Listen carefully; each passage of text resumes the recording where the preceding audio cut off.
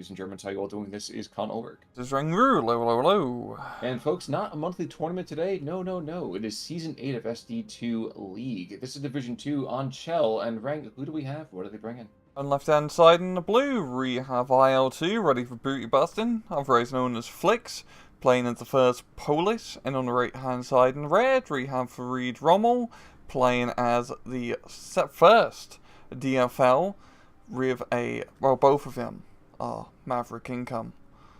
So, DFL, I mean, we do see a recon playing early, which is, always kind of a delicious thing to be seeing, especially when the Poles don't invest in a super, super early anti-air, and why would they, honestly?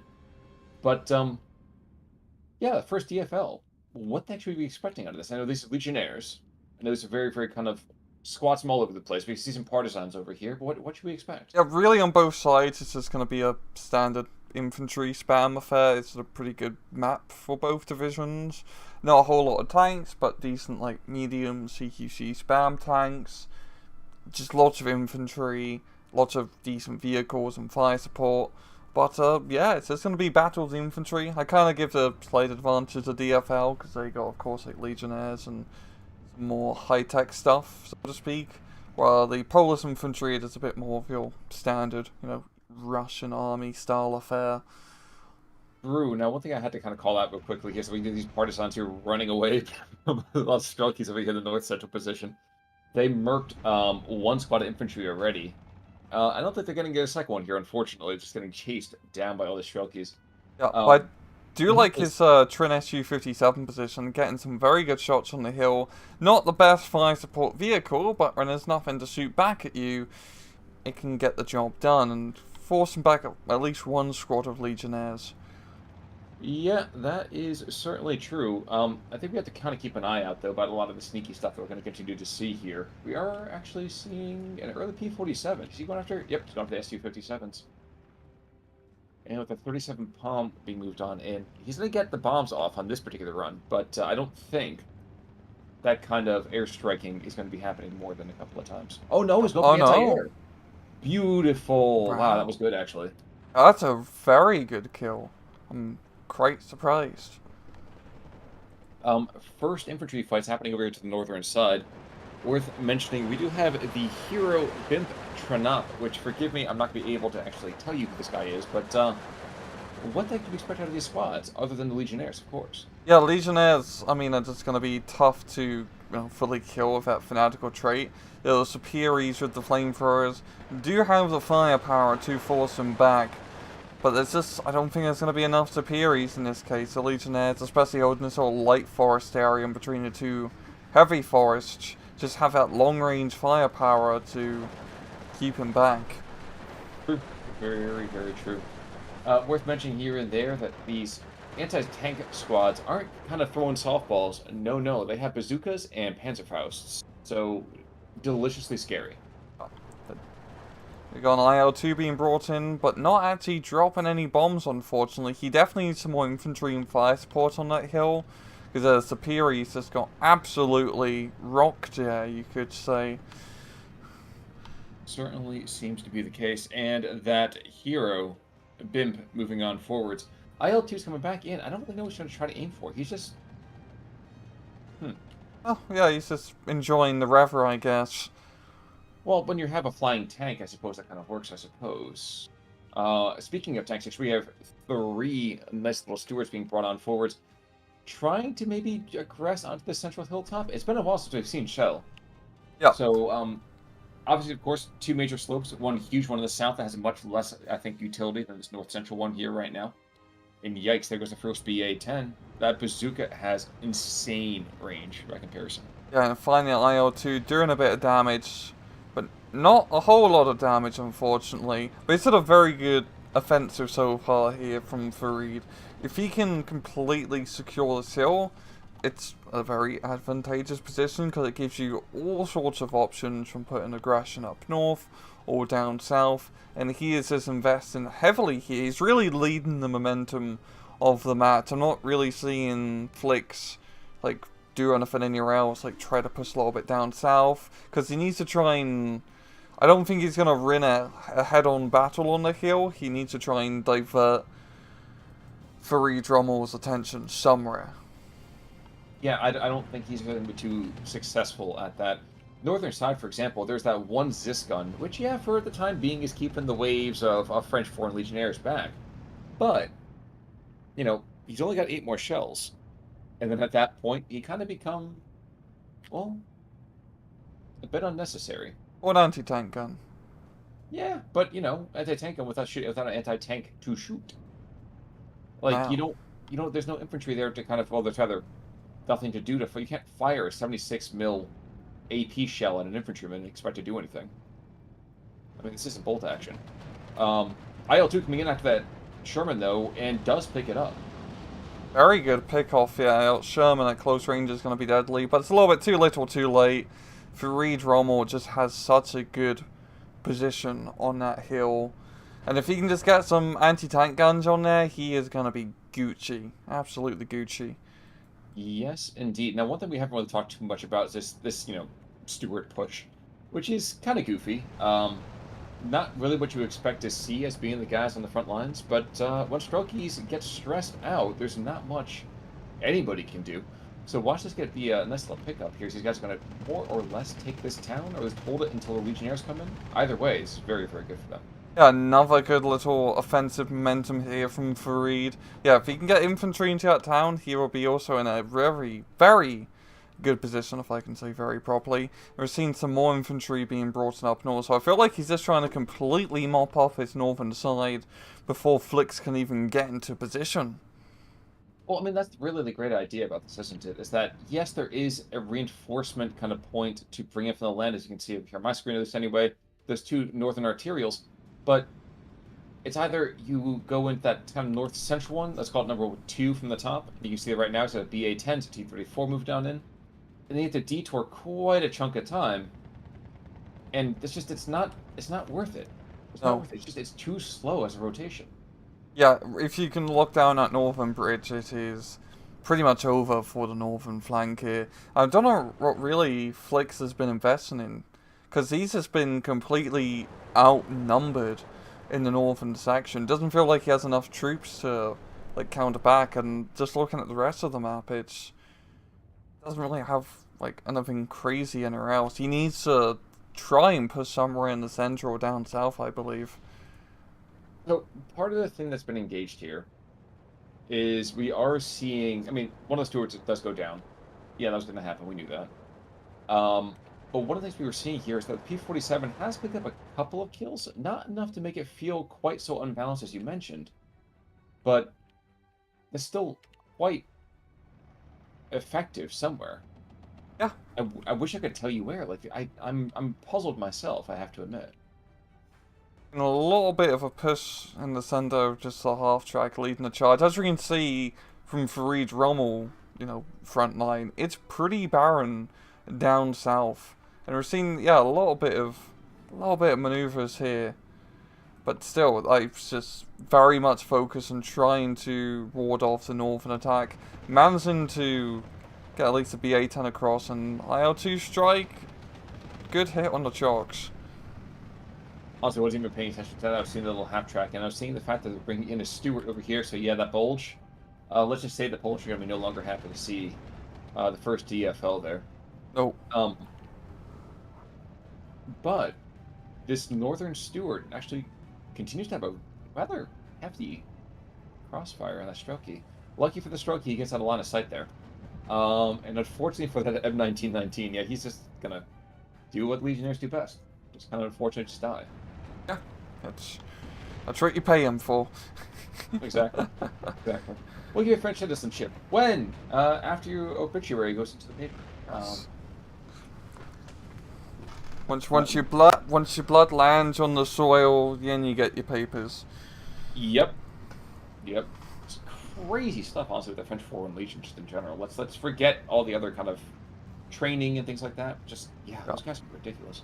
Oh, the penal troops sneaking up behind the Stuart. Gets the bounce, unfortunately. Here we got a second squad of the PTRD coming in. Yeah, Flix is starting to regain a little bit of momentum up north, but even then, it's going to be a uphill battle trying to get back onto the hill. He can at least, get a good defensive line up north, make sure he doesn't lose that bridgehead. But once again, I'm just going to keep pestering. He needs to try to push somewhere in the center or down south. Try to spread his legs a little bit. And that's the thing too, is that the Poles are certainly one of those cavalry divisions where you have to attempt that, jog, let's call it. 'Cause if you look to the northern side, there's more chalks there than in a Hershey's factory. And, with the 57 millimeter kind of covering that kind of northern area now, yeah, he's gonna start to engage that T-34. And I would see a dead T-34 happening pretty soon here. Yep, there we go. Yeah. Because in terms of really firepower, I mean, it's pretty comparable between both divisions, but the French just have that slight technological advantage over the Poles. So the Poles really need to just be trying to play across the entirety of the map and just try to put so much pressure all over the place that it's very hard for the DFL to actually engage anywhere in a head-on battle. The IL-2s might get... I was saying he might get a cheeky thing over here in the char, but no, he actually picks up the half track. I know he's aiming for him in there. The only thing I'd like to see a little more from the first DFL is maybe a better anti-air net. Yes, I know the IL-2 is a brick, but hey, just because your opponent has a Nokia phone for an attack plane doesn't mean you should just kind of forget it. I mean, I've seen Flix has invested in a Katusha and two.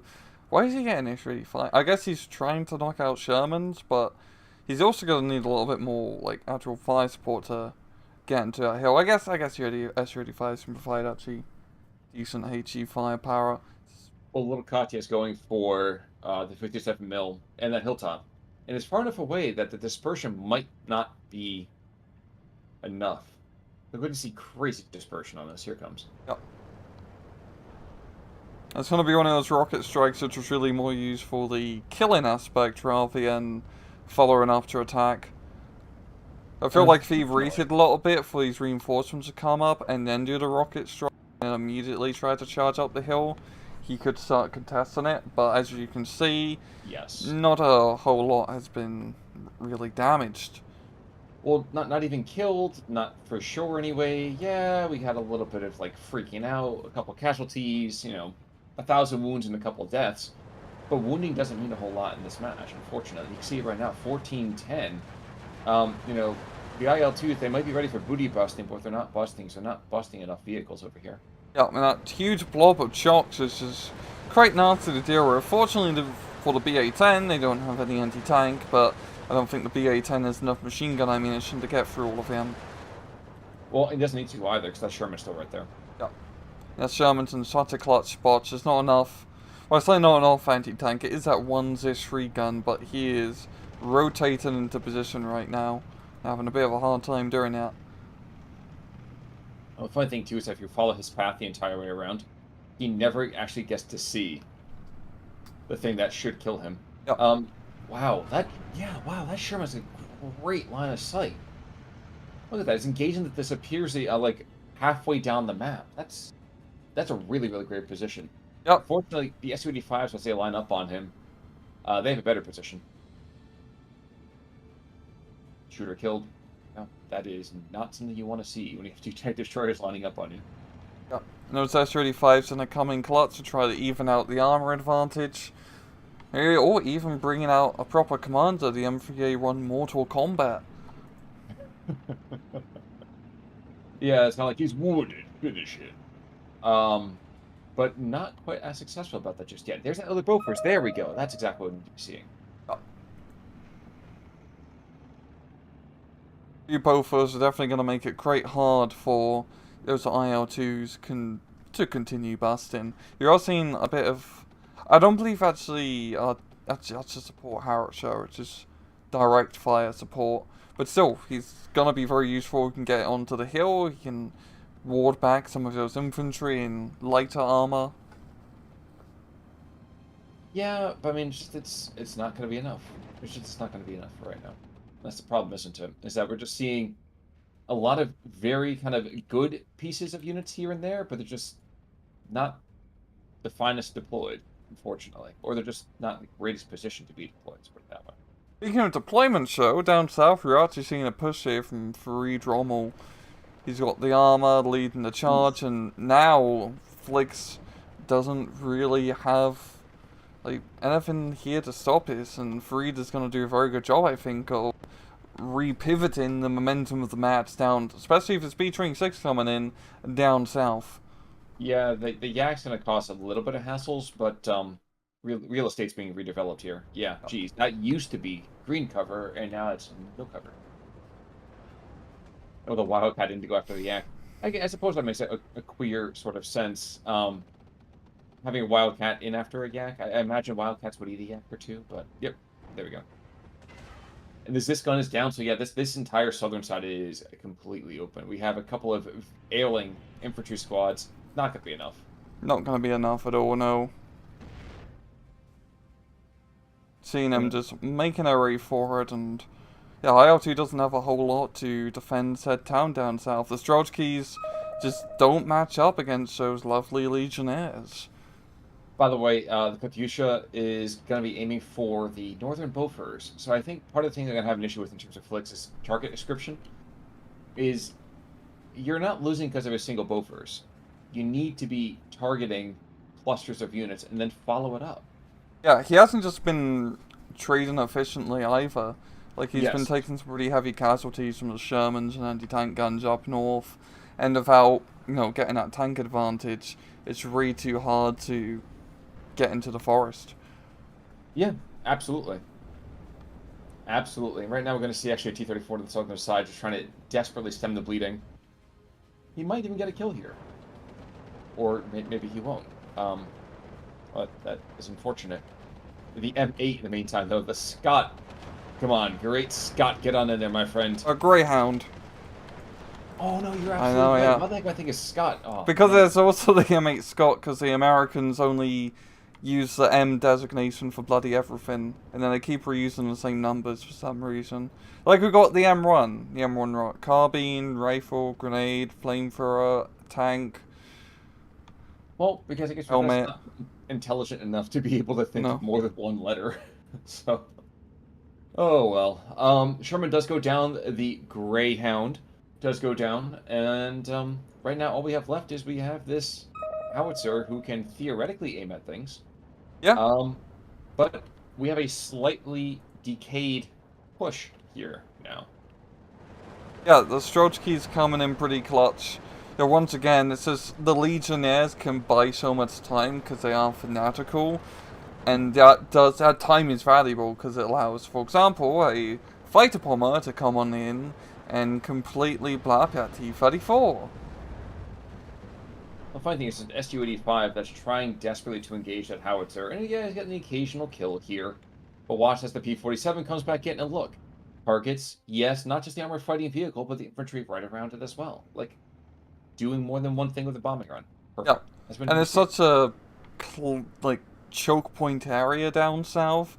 Yeah, it's just it's a target shoot really for these aircraft, blowing up the SR-85 in one fell swoop. Very good kill. And we're seeing another push here from Farid Rommel right down the center.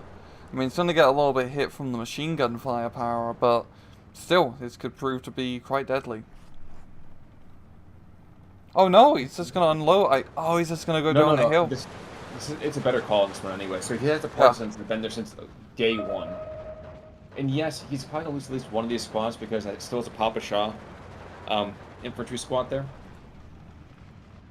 But looking outside of that, I think in the long term, it's not going to be enough. Yeah. It's not going to be enough. So. But yes. As we continue further forwards with this, I mean, it's all well and good that we're seeing a slight bit of life over here, but I feel like if there's another P-47 strike on the southern side, that'd be brutal. As it is, the ZIS goes down courtesy of the B-26, and I think IL-2 should thank his lucky stars there's not more opportunity for P-47s making ground runs. Yeah, it's this absolutely scary aircraft. Weirdly enough, the T-34s, there's enough T-34s down to the south to reverse the momentum on this. I'm not entirely sure why he's not being a little more aggressive with them. Yeah, I think he just doesn't have the reconnaissance in the forest to be sure to commit them without getting blown up by anti-tank, of course. We can see there's really not much anti-tank left, and this is the perfect time for Flix to invest in a little bit more infantry and try to push heavy down south, but he's also probably being tied up a little bit up north here for the BIMP push, and another Katusha strike onto the hill, trying to get the Bofors, but not really doing anything.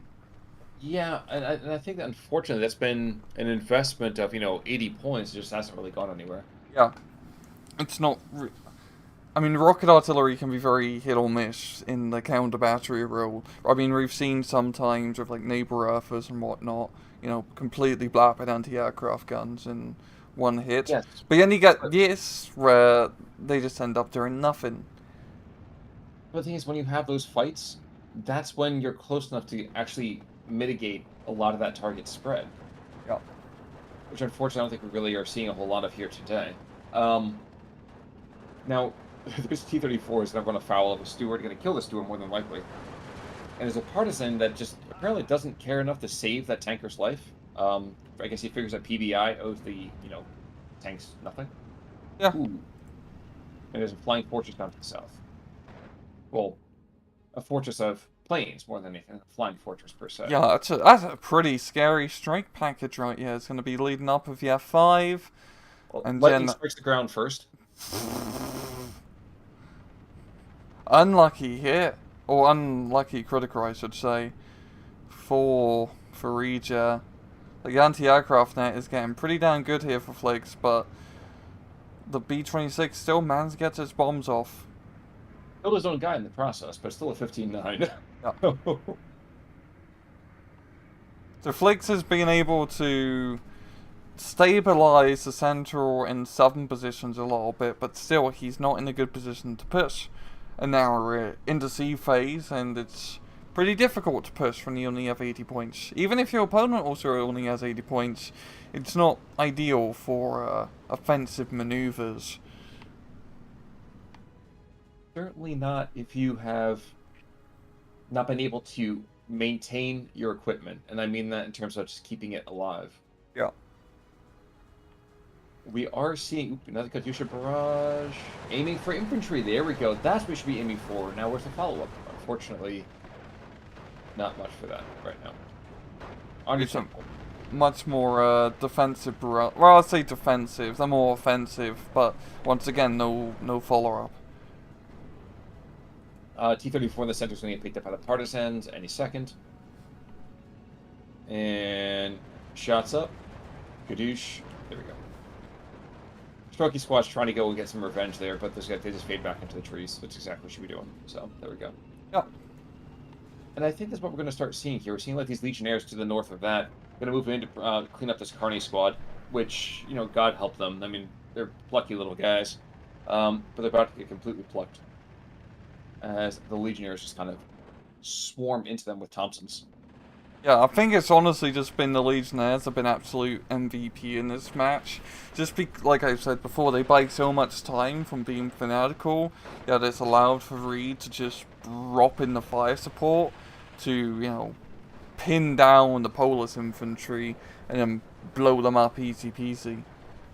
Yep. And also just been much better with the momentum. He's been really leading the charge on all flanks of the map now, and Flix has just been he's having to been playing a reacting game more so than anything. I didn't realize that there's actually a 7-card of B-26 Marauders over here for sea phase. That's insane. Yeah, it is kind of insane. It's also kind of insane to take out a Maverick deck, because that's going to be very difficult to even buy half of those. Yeah, it kind of feels like a dead card, doesn't it? Or like a minimally useful card. Maybe I part of me wonders if maybe that would have been a better idea to bring in B more than anything else. Because you're right. Even if he had brought a different income kind of curve, it's 130 points. Yeah, you're not going to get a whole lot out of that unless you're playing like Juggernaut or something like that. Maybe he really likes to be a marauder. I'm not going to lie to you. I never was really huge into making aircraft models, but one I did have was a B-26 Marauder. After trying to build that stupid thing, I can tell you I was not really a big fan of being into a Marauder. So oh, man, I was a fiddly son of a bitch. Some con law. Exactly. Back on his little conling. Now, we are seeing still more IL-2 strikes kind of being brought on in, and these will probably pick up what they're aiming at, but just it won't be on. Never mind. Oops. Oops. Yep. There we go. Yeah.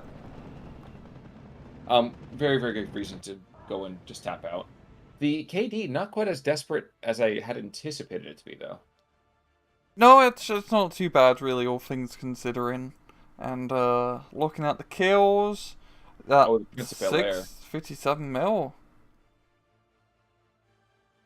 Oh, no, that guy too. Yeah, Yeah. Alex is brutal. But I'm gonna Yep. say the P-47, he was the Prince of Bel-Air. I mean, taking out 3 Oh, yeah. armored fighting vehicles and the anti-air is fantastic.